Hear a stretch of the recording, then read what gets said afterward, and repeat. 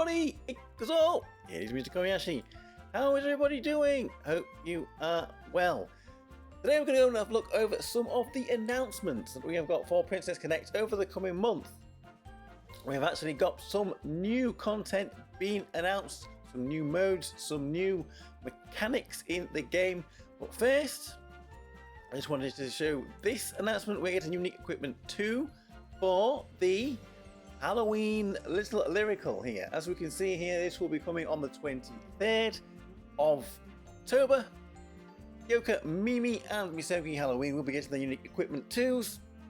So, if you want to put them on there, maybe now is the time to start grinding out their very hard shards. Misogi, is actually a free-to-play character. Maybe you might want to start grinding out some of her normal shards as well from their story event. Mimi and Kyoko will probably be returning on a banner at the end of the month during the release of their unique equipment 2s. All three of them fire characters, so this could be a buff for the fire team, which is actually pretty lacking at the moment, both magical and physical. Okay, so let's move over to the nitty gritty. So here we have some new content that has been announced for the games.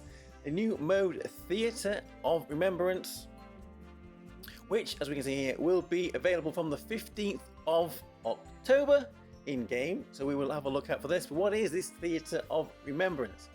It seems like a mode where we will challenge bosses that have appeared in the game previously to obtain 5-star EX equipments, materials necessary for ultimate forging. This ultimate forging then is a new mechanic that we are going to get added into the game, which will grant sub statuses to these pieces of EX equipment. We do have a bit more details here about the actual battles themselves, because we'll have a look at this when it finally releases, but I think it's all pretty basic skip to hits and the amount of time that you can take on the bosses. But it says here at the bottom that in the Theatre of Remembrance, in addition to these EX 5-star equipments that we will be able to also get arcade coins that can be exchanged for 5-star EX equipments, and also you can earn points and items that can be used in ultimate forging. So let's go in quickly then and have a look at what is this ultimate forging.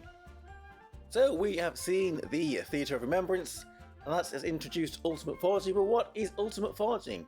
It will also be released into the game on the 15th of October.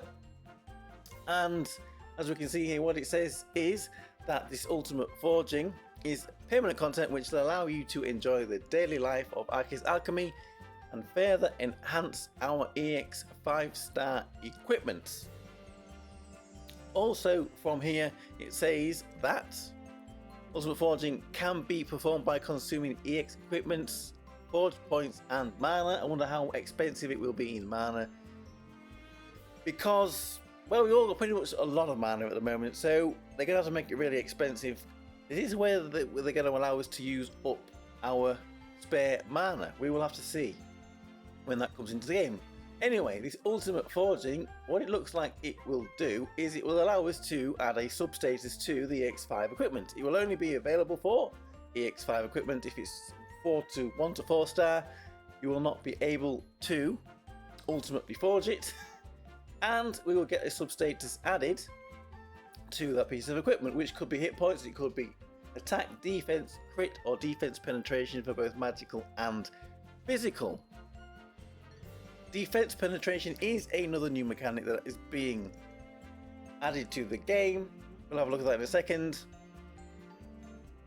Down here, which it says here, defense penetration is a mechanic that allows us to do more damage depending on the opponent's defense.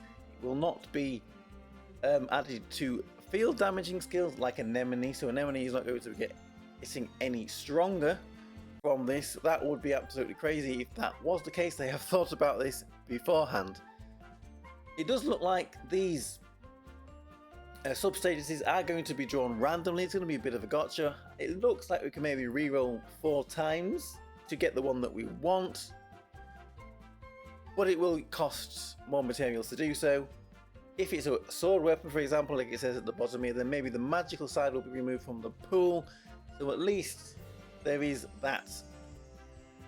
So there we go. That is the new status equipment that we can get. We can lock it if you are happy.